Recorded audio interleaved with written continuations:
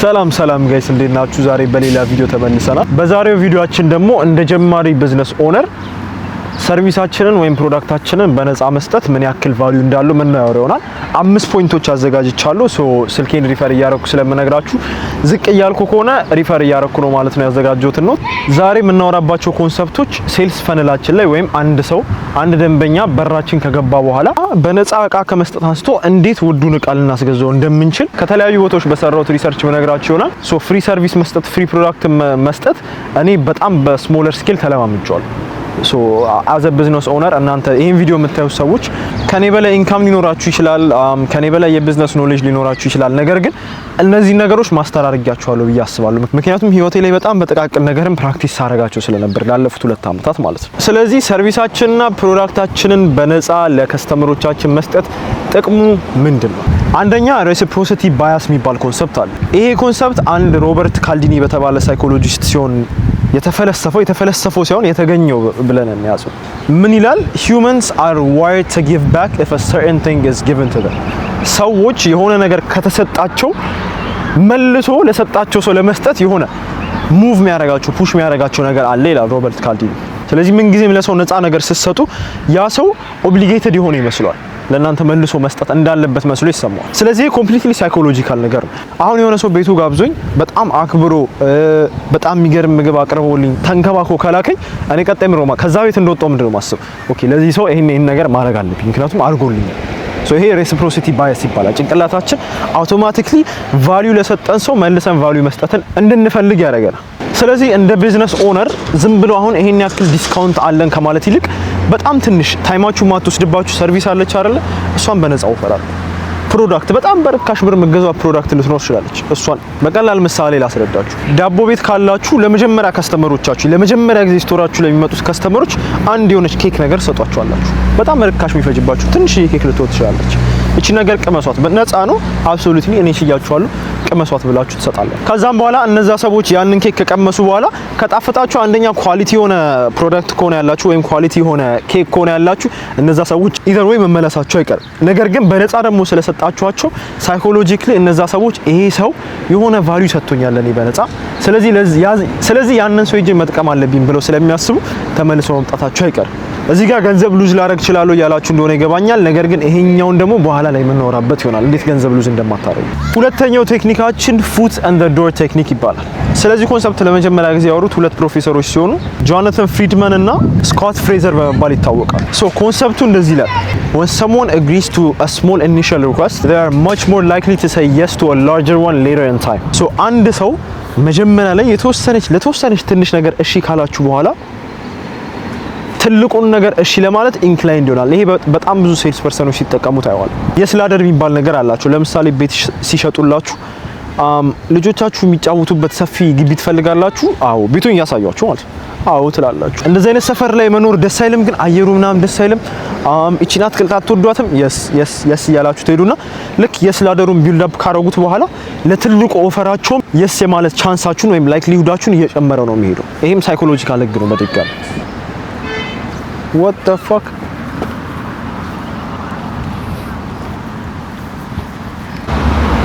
Where did he come from?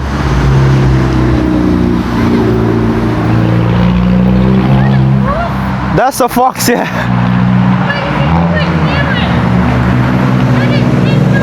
Hey! Yo! It's fox! Get away!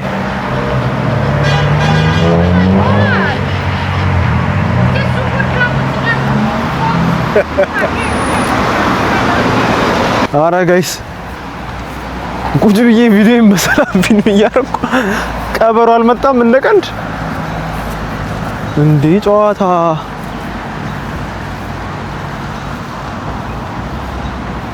አረ ጨዋታ አሬት ሄደ። ላሳያችሁ ምዛ ጋር ገባ።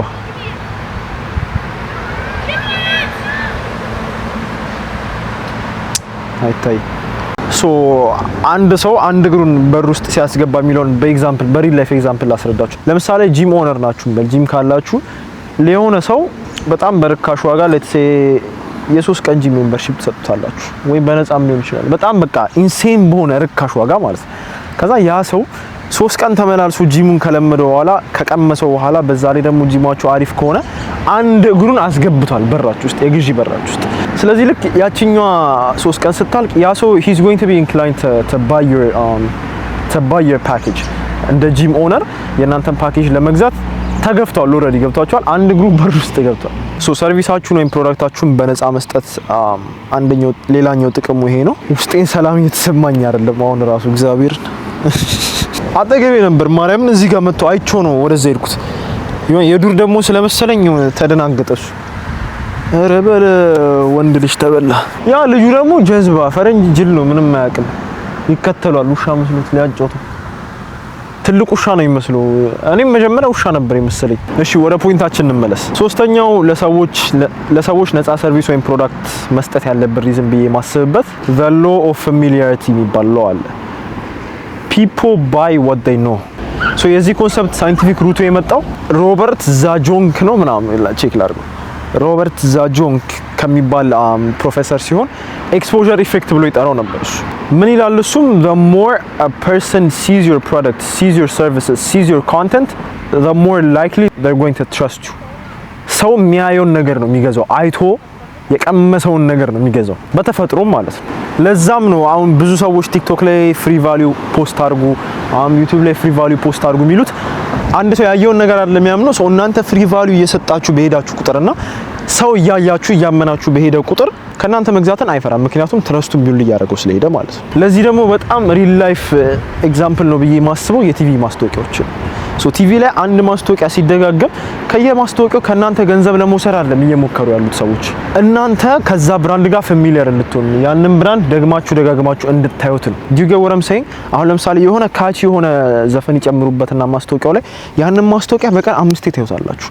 መጀመሪያ ላይ የምትወዱት ፊልም መጀመሪያ ላይ፣ መሀል ላይ፣ መጨረሻ ላይ፣ ማታ ልተኙ ስትሉ ታዩታላችሁ፣ ምሳ እየበላችሁ ታዩታላችሁ። ዘን የዛ ብራንድ ስም፣ የዛ ብራንድ ሲም፣ የዛ ብራንድ ማንነትን እያወቃችሁ ትሄዳላችሁ። በቃ ሰብኮንሺየስሊ ጭንቅላታችሁ እየተረዳ ይሄዳል። ስለዚህ ሳሙና የሚሸጥ ድርጅት ከሆነ ቀንም ሙሉ 555 ሲባል ከተዋለ 555 ነው ሄዳችሁ። ስለዚህ አሁን ከፕሮዳክት እና ሰርቪስ ወጣ ብዬ ደግሞ ኮንተንት ዋይዝ ኮንተንትን በነፃ ቫልዩ ፕሮቫይድ ማድረግ ጥቅሙን ነው እየነገርኳችሁ። ሶስተኛው ፖይንታችን ምንድነው? the more familiar you get, the more people see you, the more they trust you። ደጋግሞ ባዩዋችሁ ቁጥር ትረስት እያደረጓችሁ ይሄዳሉ ማለት ነው። አራተኛው ፖይንታችን ደግሞ ቫልዩ ላደር በመባል ይታወቃል።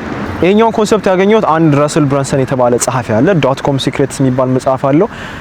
ይሄ ሰውዬ ማለት በቃ ምንም ነገር ይሸጣል። እናንተን ሊሸጣችሁ ይችላል። ኦንላይን በጣም ብዙ ነገር የሸጠ ሰው ነው። ኦንላይን ወርልዱ ላይ በጣም ፌመስ የሆነ እና አንድሪው ቴት እና ኢማን ጋዚ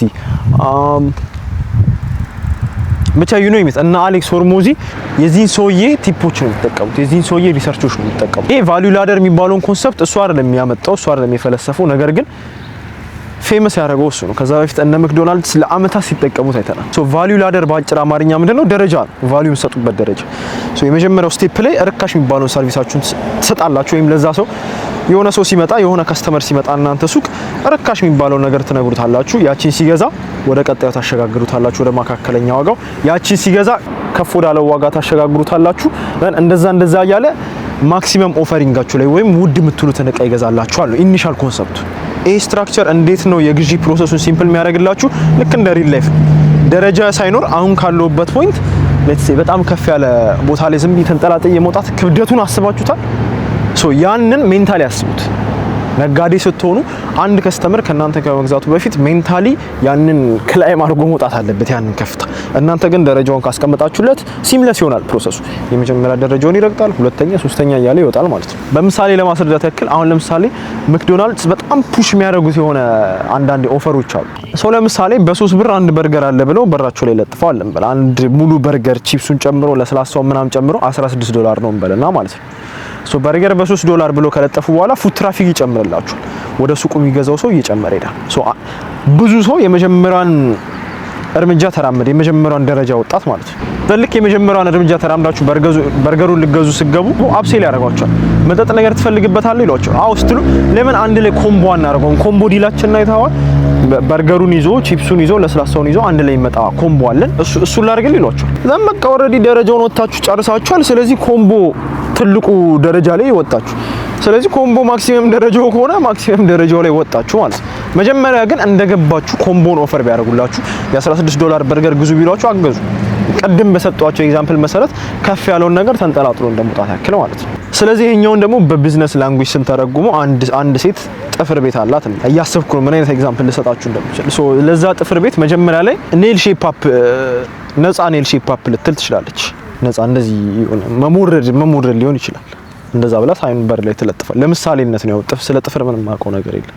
ቫልዩ ይኖረው አይኖረው አላቅም። መሞረድ የመጀመሪያ ሰው ከተሞረደላቸው በኋላ የመጀመሪያ ቫልዩ ላደሯን ወጡት እዛው ኦፈር ታደርግላችኋለች። ኦይ ጥፍርሽ እኮ ለእንደዚህ አይነት ጄል ዲዛይን በጣም አሪፍ ነው፣ ወይም እንደዚህ አይነት ኤክስቴንሽን የሚባለው ብቻ ብንሰካበት እንደዚህ አይነት ጥፍር ብንሰካበት በጣም የሚያምር ይመስለኛል ምናምን ትላታለች።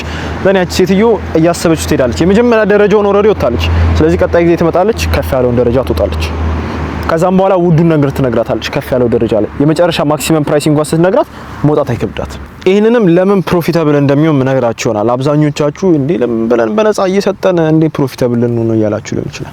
አምስተኛው በነፃ የመስጠት ዋጋ ካስተመር ላይፍ ታይም ቫልዩ።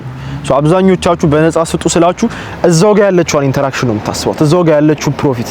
እዚህ ጋር የሆነች ገንዘብ ሰርቻለሁ አልሰራው የሚለውን ነገር ይሄ ኮንሰፕት ቼክ ሳረግ ማን እንዳመጣው በእርግጠኝነት ባይታወቅም ግን 1980ዎቹ አካባቢ ላይ እነ ኮካኮላ የመሳሰሉ ድርጅቶች በጣም አፈምሰውታል። ምንድነው ኮንሰፕቱ? ከአንድ ደንበኛ በሚቀጥሉት 12 ወራት ምን ያክል ገንዘብ እሰራለሁ ሚሊዮን ነው የሚያስቡት እነሱ። ገብቷቸዋል። ከስተመር አኩዊዚሽን ኮስታቸው የፈለገ ከፍ ቢል ለምሳሌ አንድ ከስተመር ለማግኘት $50 ቢፈጅባቸው ነገር ግን በሚቀጥሉት 12 ወራት ከዛ ሰው $600 $700 የሚሰሩ ከሆነ እነዛ ሰዎች ፕሮፊታብል ናቸው። ስለዚህ ምን ጊዜም ራሳችሁን እንደዚህ እንደፈረስ ገብቷችሁ ጎንና ጎን ሳትየው በቃ የዛሬው ዲል ላይ ገንዘብ መስራት አለብኝ ብላችሁ ሂዩማን ኢንተራክሽኑን አታጥፉት። ገብቷችኋል። ምክንያቱም ቢዝነስ ላይ ሰው ነው የሚጠቅማችሁ። ሰው ለሰው ቫልዩ ሲሰጡ ነው ያ ሰው እናንተ ጋር ተመልሶ ይመጣል። ለዚህ ሪል ላይፍ ኤግዛምፕል ልስጣችሁ። በፀጉር ቤት ደግሞ ሪል ላይፍ ኤግዛምፕል ልስጣችሁ። ለምሳሌ አንድ አዲስ የተከፈተ ፀጉር ቤት አለ እንበል። እየዞሩ ተማሪዎች ትምህርት ቤት በርጋ ምናምን በነፃ ፀጉር ቁርጥ ጀምረናል ምናምን ሪስክ አድርጋችሁ መቆረጥ ትፈልጋላችሁ። ገብታችኋል። እንደ ቻሌንጅ ነገር አንድ ሰው ከተቆረጠ በኋላ ያ ሰው አሪፍ ቁርጥ መቆረጡን ካዩ በኋላ ሌላ ሰው ሲመጣ እነሱንም በነፃ ሲቆርጡ ለዚህ 10 ሰው ለ10 ሰው ነው በነፃ የሚቆርጡት። እነዛን ሰዎች 10 በነፃ ከቆረጡ በኋላ አንዱን ሰው 100 ብር ከሆነ የሚያስከፍሉት 1000 ብር አጥቷል እንበል። እዛው ኦን ደ ስፖት 1000 ብር አጥቷል። እነዛ 10 ተማሪዎች በየወሩ እዛ ሰውዬ ጋር እየሄዱ ቢቆረጡ ለምንድን ነው የሚሄዱት ካላችሁ ደግሞ ቀደም ያወራንበት ኮንሰፕት አለ። እስካሁን ያወራንባቸው ኮንሰፕቶች አሉ። ቫልዩ ስትሰጡ የሆነ ሰው ለእናንተ መልሶ ቫልዩ መስጠት ያለበት ስለሚመስለው ማለት ነው። ለ12 ወራት እየተመላለሰ ያ ሰው ለአንድ አመት ብቻ ተቆርጠን ማለት ነው። ከዛ ልጅ ብቻ 1200 ብር ይሰራል። ኢን ቶታል ከ10 ሰዎች 12000 1000 ብር አጥቶ ያ ሰው 12000 ብር አገኘ። ይሄኛውን በድጋሚ በጣም አተ ሲምፕል ስኬል ልንገራችሁ ብዬ ነው። በመሃል ብዙ ኮስት ሊኖረው ይችላል። ነገር ግን ኢን ባልክ አስቡት። አት አ ሎንገር ፒሪድ ኦፍ ታይም ኢን ባልክ የሆነ ሰርቪስ ወይም ፕሮዳክት ብሸጥ ምን ያክል ላይፍ ታይም ቫልዩ ይኖረዋል፣ ከዛ ከስተመር ምን ያክል ላይፍ ታይም ቫልዩ አገኛለሁ የሚለው ነገር ነው ታስቡ የሚገባው አዘ ቢዝነስ ኦነር ማለት ነው። እንግዲህ የዛሬው ቪዲዮ ይሄን ይመስላል። አስደንጋጭ ሞመንት ተፈጥሮ ነበር። ቀበሮ መጥቶ ምናምን በቀርጾ ኤክሳይቲንግ ያደረገው ነበር ሞመንቱ። ግን እንትን አላልኩትም፣ ቲንክም አላልኩም። ካሜራዬን አነሳው ሄድኩ። ቦርሴን ራሱ እዚህ ነው ጥዬ ሄድኩት። የዛሬው ቪዲዮአችን እንግዲህ ይሄን ይመስላል። በቀጣይ ቪዲዮ እስክንገናኝ መልካም ቆይታ ይሆንላችሁ። ይሄ ቪዲዮ ከተመቻችሁና ቫልዩ ከሰጣችሁ እንደዚህ ቭሎግ ብቻ ከማረገው ደግሞ እንደዚህ ቁጭ ማወራባቸውን ቪዲዮዎች መስራት እንቀጥላለሁ። ስለዚህ ኮሜንት ሴክሽን ላይ ፓርት 2 ብላችሁ አሳውቁኝ። ይመቻችሁ።